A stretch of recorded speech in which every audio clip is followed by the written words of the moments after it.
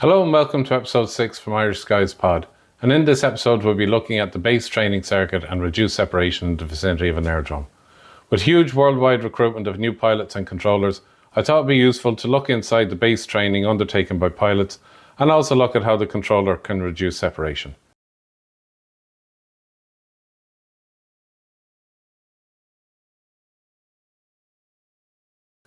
As we look at the simulator flight deck of an A320 visual circuit, it's worth remembering that when a pilot comes for base training, it is in all likelihood the first time that he or she has flown a real-life jet aircraft, having completed many hours in the simulator. The pilot will be required to fly 5 or 6 touch and goes and 1 go-around, and of course is being assessed on all of this, and it will add to the pressures placed upon them. And so to our friends in the Manchester Flight Sim Centre who will be flying the A320 visual circuit. We'll be using runway 23 right at Manchester, and circled we'll also see the Manchester VOR, which we'll also see on the primary flight display. Before takeoff checks. Before takeoff checks, flight controls. Checked. Checked. Flight instruments. Checked. Checked. Briefing. Confirmed. Flap setting. Config 1 set. Config 1, V1, VR, V2, flex temp. 140, 145, 147, flex 45 degrees. 140, 145, 147, flex 45. ECAM memo. Takeoff no blue. Takeoff runway. Runway 23 right confirmed. 23 rights confirmed. Cabin crew. Advised. TCAS. TARA. Engine mode selector. Normal. And PAX. On. Before takeoff checks complete. Takeoff. Check. Just prior to takeoff, it's worth looking back to March 1977 and the Tenerife disaster, and when the final report highlighted. Although the captain had flown for many years on European and intercontinental routes, he had been an instructor for more than 10 years, which relatively diminished his familiarity with route flying. Moreover, on simulated flights, which are customary in flight instruction, the training pilot normally assumes the role of controller. That is, he issues the takeoff clearances. In many cases, no communications whatsoever are used in simulated flights, and for this reason, takeoffs take place without clearance. And so in the tower, the controller has the aircraft lined up and ready for departure, and is determining what number the aircraft will be in the approach sequence next time round, and if there is any upwind delay required. In this instance, the answer is no, and the trainer is cleared for takeoff for a right circuit and to report downwind. Takeoff. Check.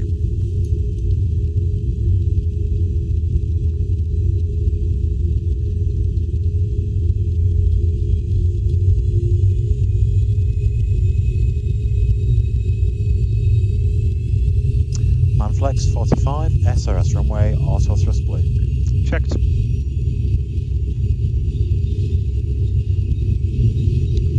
Thrust set.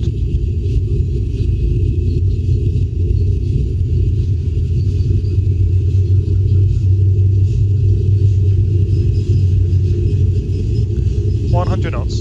Check.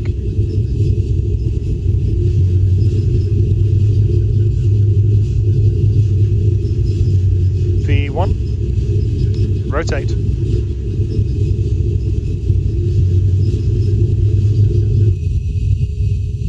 Positive climb. Gear up. Gear up. Runway track. Checked.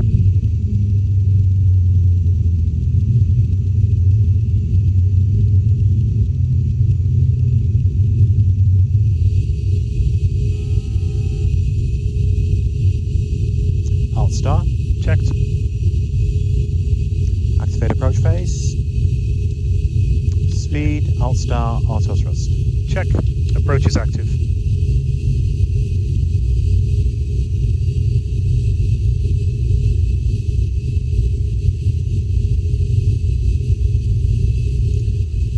Flight ductors off please. Bird on. Set downwind track 052 degrees. I'll take the after takeoff checks. After takeoff checks, landing gear. Up. Flaps. Config 1+F. PAX. On. Bow ref. QNH 1014 set. 1014 set. After takeoff checks are complete. Thank you. If you can set auto brake low please.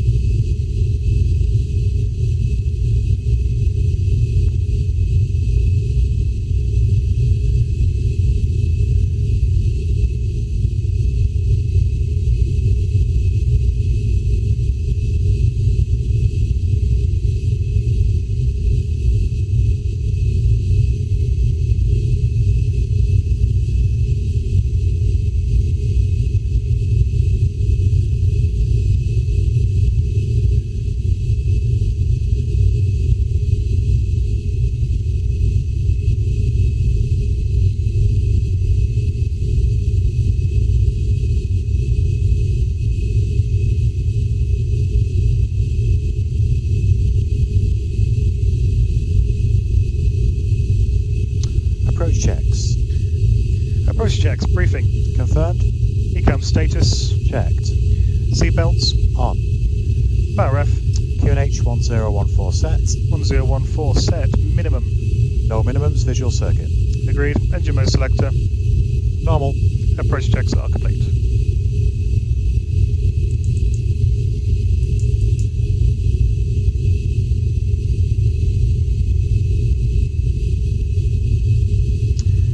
We have a 5 knot tailwind. We'll go outbound for 40 seconds. Sounds good.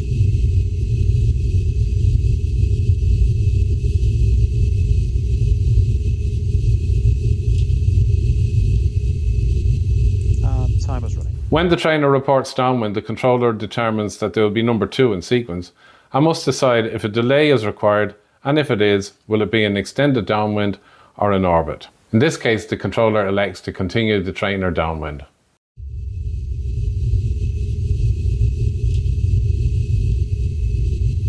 And timer's running. Flap 2. Speed checked. Flap 2.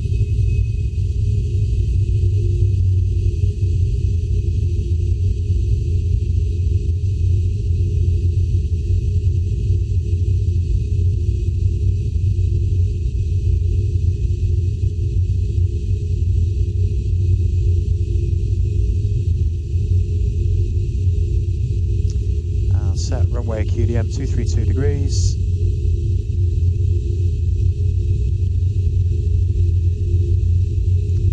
It's 40 seconds. Now let's look at the conditions under which the controller can reduce separation. Lateral and longitudinal separation minima established in the specified circumstances may be reduced in the vicinity of aerodromes if adequate separation can be provided by the aerodrome air traffic controller when each aircraft is continuously visible to this controller, or each aircraft is continuously visible to the flight crews of the other aircraft concerned, and the pilots thereof report that they can maintain their own separation, or, in the case of one aircraft following another, the flight crew of the succeeding aircraft reports that the other aircraft is in sight and separation can be maintained. And so the controller reiterates the instruction to continue downwind until advised and provides traffic information on the number 1. And when the trainer reports visual with the number 1, it's clear to position visually behind as the number 2.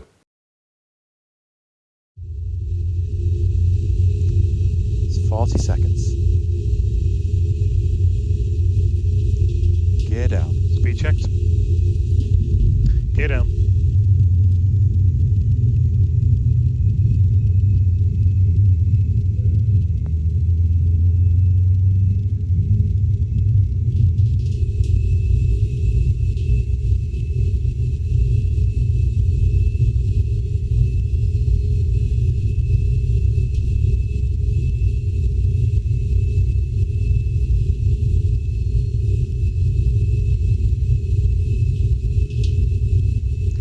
Flap 3. Speed checked. Flap 3.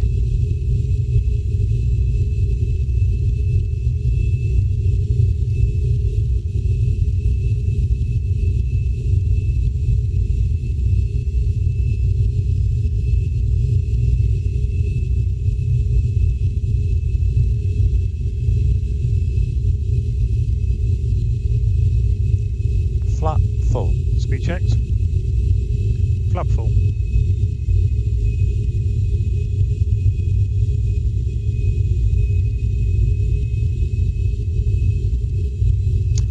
Landing checks. Landing checks. Cabin crew. Advised. Auto thrust. Speed. Auto brake. Low. ECAM memo is not with us yet, so landing gear is down. Signs are on. Cabins ready. Spoilers are armed and flaps are set. Landing checks are complete. 1000.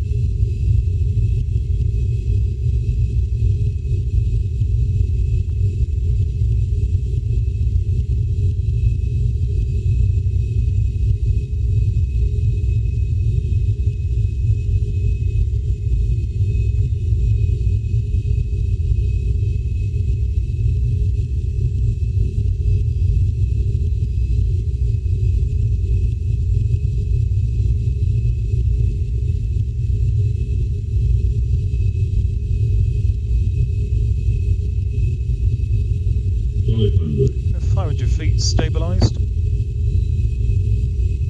Confirmed. 400.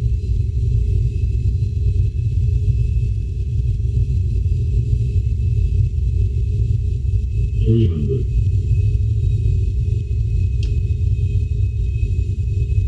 200.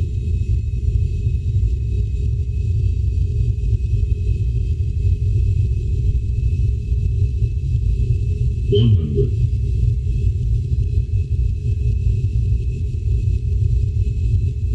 50. 40. 30. 20. Retard. Spoilers. Reverse green. Decel.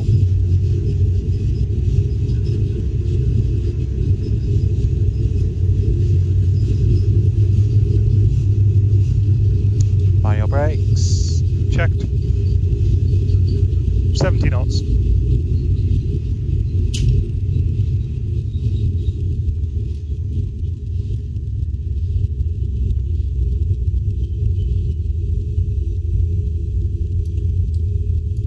Parking brake set.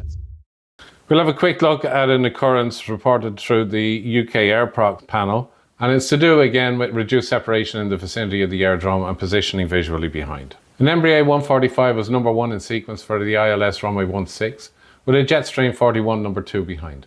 A P68 was inbound to the airport, VFR not above 2,000 feet, on a published entry-exit route. The entry-exit route from the northwest is identified here, and the aircraft was instructed to hold in this area. Here we see the airport on the bottom right and the ILS approach for runway 16. The P68 had been instructed by ATC to hold at a named point 5 miles northwest of the airport and to the west of the ILS in a right-hand orbit. At 12:31, ATC instructed the P68 continue orbit, just becoming number 3, and number 2 is a Jetstream 41 at 12 miles, report in sight. ATC advised the Jetstream 41 continue approach, and as you get closer, P68 right hand side will position behind VFR. 2 minutes later, the Embraer 145 is landing and the P68 is continuing in its orbit. Here we see the Jetstream 41 on the ILS descending out at 2,100 feet with 142 knots ground speed, and the P68 is here at 1,700 feet with 132 knots ground speed. ATC advises the P68, the Jetstream 41 you're looking for is in your 10 o'clock, 4 miles, 2,500 feet are your visual. And the P68 responds negative. ATC instructs P68, your orbit is cancelled, you can route right base, runway 16 and report the Jetstream in sight. At this time the P68 was in a right hand turn, approximately passing through east, and the P68 was then observed to immediately roll out of the orbit and track southeast towards the right base, runway 16. The Jetstream 41 was 6 miles from touchdown. At 12:34 and 9 seconds, the P68 reported visual with the traffic. However, ATC was engaged in a coordination phone call with the approach controller. And 20 seconds later, he called the P68 and said, "Did you say you were visual?" The P68 calls affirm visual with the traffic. And ATC instructs position number 2, runway 16. At 12:34 and 30 seconds, the P68 is a half mile west of the final approach track, a beam 3 miles from touchdown, and commencing a slight left turn to the northeast and appearing to position behind the Jetstream 41, and the Jetstream is 5 miles from touchdown. ATC advises the Jetstream, just to confirm it for you, the P68 has you inside and positioning behind. And the Jetstream acknowledges this as understood. At 12:34 and 45 seconds, the P68 left turn has stopped, and the aircraft is now tracking east towards the ILS final approach track, and the mode C of both aircraft shows as 1,600 feet. ATC attempts to make a transmission to resolve the situation, but this call is blocked by a call from the Jetstream 41, who announces that they're just going around. The Jetstream is shown at 1,500 feet, with the P68 showing at 1,700 feet.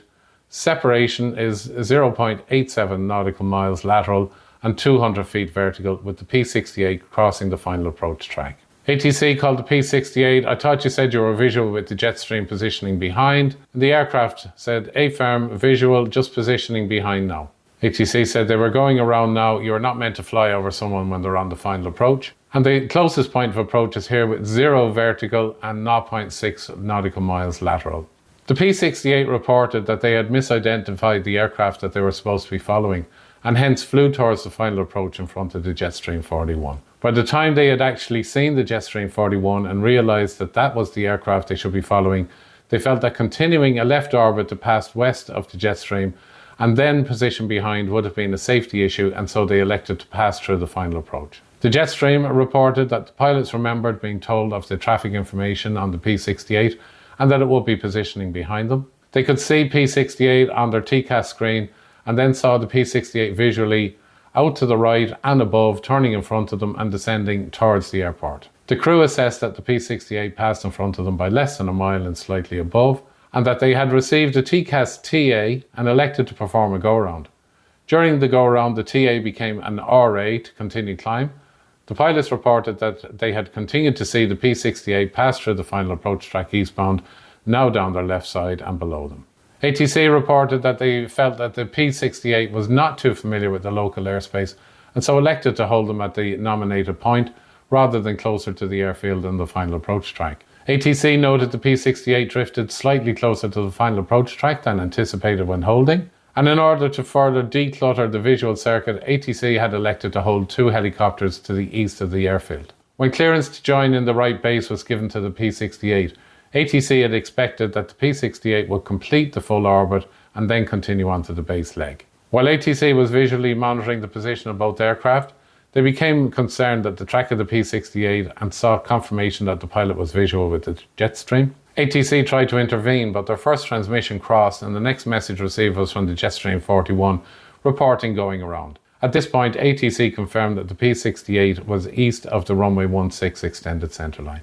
The AIRPROX panel concluded that ATC had passed the appropriate traffic information to the pilots of both aircraft in order to allow the crew of the P68 and of lesser importance the Jetstream 41 to visually acquire the other aircraft, which from initial RT reports was successfully achieved. Although the pilot of the P68 reported having misidentified the traffic that they had been instructed to follow, it was not clear exactly which aircraft they were following, as the preceding aircraft, the Embraer 145, was 10 miles ahead of the Jetstream and had just landed, and the 2 helicopters holding to the east of the airfield were also in significantly different positions in terms of bearing and distance from that of the Jetstream. Noting the ATC report mentioned that the P68 may have misidentified the landing Embraer for the Jetstream, the members felt that the 2 aircraft looked very different and thought this should not have been an issue for the P68, but nevertheless they highlighted that if at all unsure, pilots should request more information from ATC rather than pressing on with flawed situational awareness. The AIRPROX board agreed that because the Jetstream was visual with the P68 throughout, and the P68 was visual with the Jetstream once they had turned onto base, although uncomfortable for the Jetstream, there had been no risk of collision. Despite this, they agreed that safety had been degraded and therefore assigned a risk category C. And this is the AIRPROX barrier assessment that the panel uses.